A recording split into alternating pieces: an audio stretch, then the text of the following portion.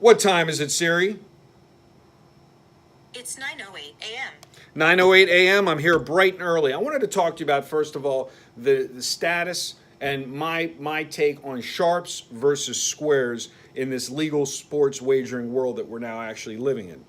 So, what I was thinking about is, first of all, I run a syndicate. I don't handicap games myself. I don't claim to have an opinion that's any better than yours.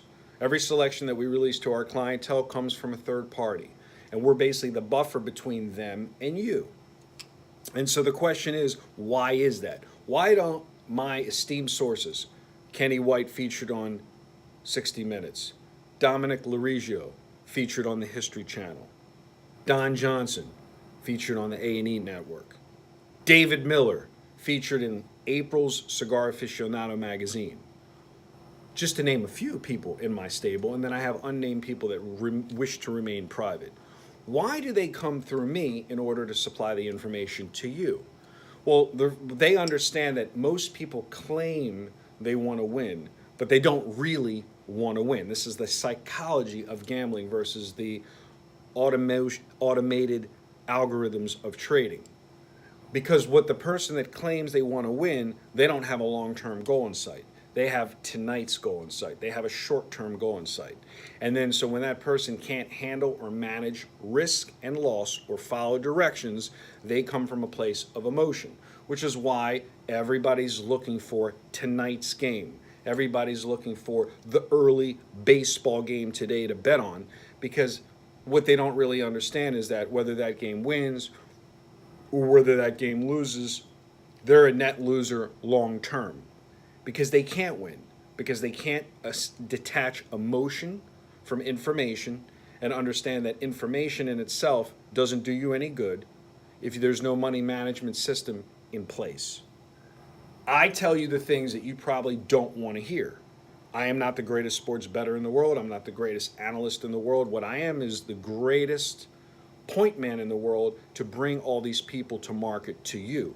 Where I have to go and I actually have to make a presentation to these people and say, we know you've tried it on your own. We know you've tried to deal with the end user who's underfunded, who's unrealistic, who isn't patient, who really probably needs a GA meeting instead of opening up a trading account. Those people that are betting for all the wrong reasons. So the position that the people that I represent take is that you can't win, you won't win, and you'll never win, even if somebody lays the system out for you like a 4-year-old, tells you exactly what to do and follow it. You are your own worst enemy. And then you get caught up, like I said, in the short term, not the long term return of ROI. People like David Miller, people like Dominic Larigio, people like Kenny White, people like Don Johnson are the best losers you have ever met. Don Johnson, in his blackjack career, used to walk into a casino and he basically had a rule. If he lost $200,000 that evening, he was done, and he was walking away. He wasn't chasing and losing $2 million. So he had a stop loss, just like a successful trader has a stop loss. He didn't walk into the casino saying, I hope I can win. When Dominic Larigio walked up to the crap table, he had a preset stop loss amount of how much am I willing to lose today, not how much do I hope I can win. So when you hope you can win and you're upset when you walk out of a casino that you've lost, you were setting yourself up for failure. So where does this all wrap into the new legal sports wagering affairs? Where does this wrap into the fact that I can drive an hour and 9 minutes from this office where I stand and be in Delaware Park right now on June 7th and make a wager on MLB, NCAA, and NHL, and WNBA, which was added by request? Why is the sports bettor so excited that sports wagering will be legal immediately in 32 states, and then at some point it'll be legal in all 52 states, and we'll be in the same scenario as we are in Australia and the United Kingdom, where sports wagering is legal countrywide, not in a provincial area where it's only legal in these specific areas. So what's amazing to me is all the positive feedback that I've received from clients. They're so happy that sports wagering is going to be legal. They're so pumped that sports wagering is going to be legal. But the question is, if you think about it, why are the states pumped that sports wagering is going to be legal?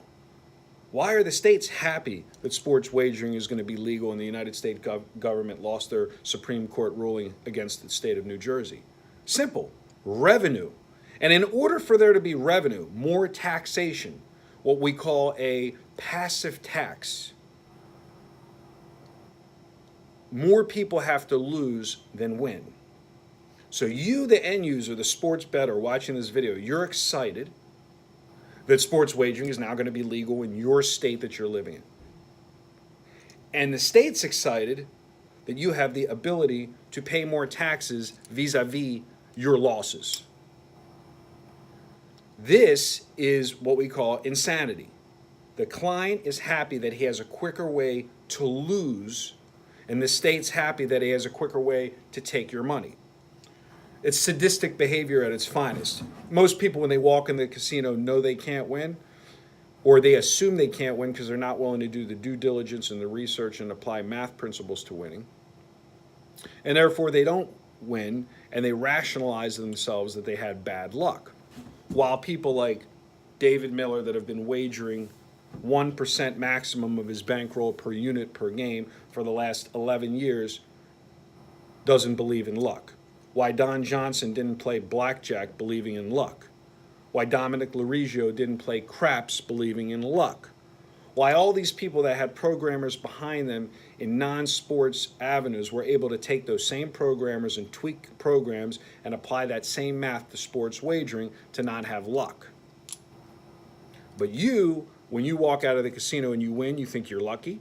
And when you walk out of the casino and you lose, you think you're unlucky, because what you're doing is you're suffocating yourself on the micro, not the macro. Now, yes, there's nothing I'm saying in this video that's going to get your juices pumping. We got a big game tonight that can't lose. But what I want to talk about is the difference between trading sports and having an opinion on sports. So yesterday, David Miller, and again, you can follow all his live wagering tickets over at Vegas Ringers, sent me a ticket on the Cleveland Cavaliers in the first half at a pick.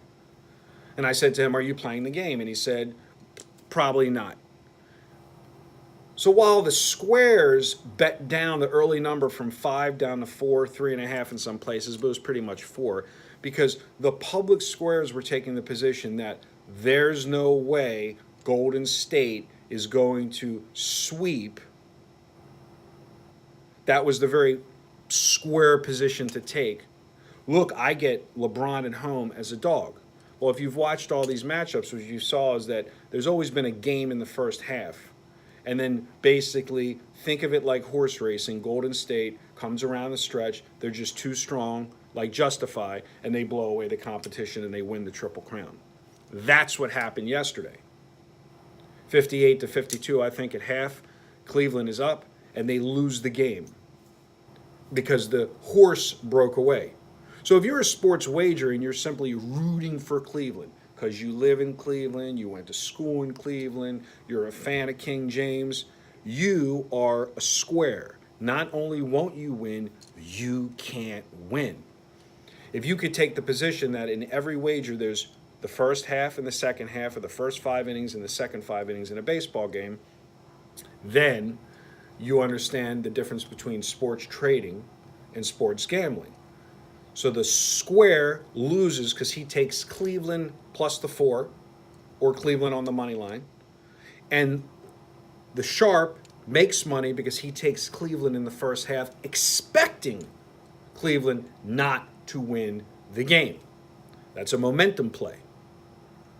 The 32 states that are going to have legal sports wagering, they're not happy that people like David Miller are going to come in and bet Cleveland in the first half. They're not happy that my syndicate stable and other professionals around the world are going to look for sharp numbers and reduced juice to have an edge.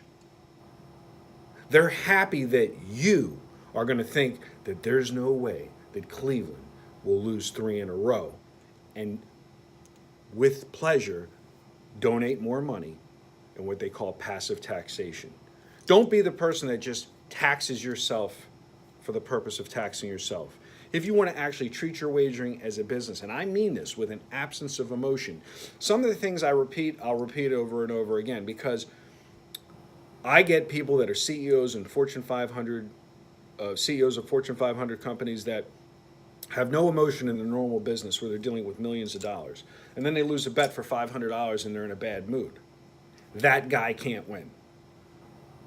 His pocket, it doesn't matter how deep it is, it just allows him to lose more money. But he can't win. Because as long as he's going to bed in a bad mood because he lost a bet, he's betting too high a percentage of his bankroll and he's not following a money management program.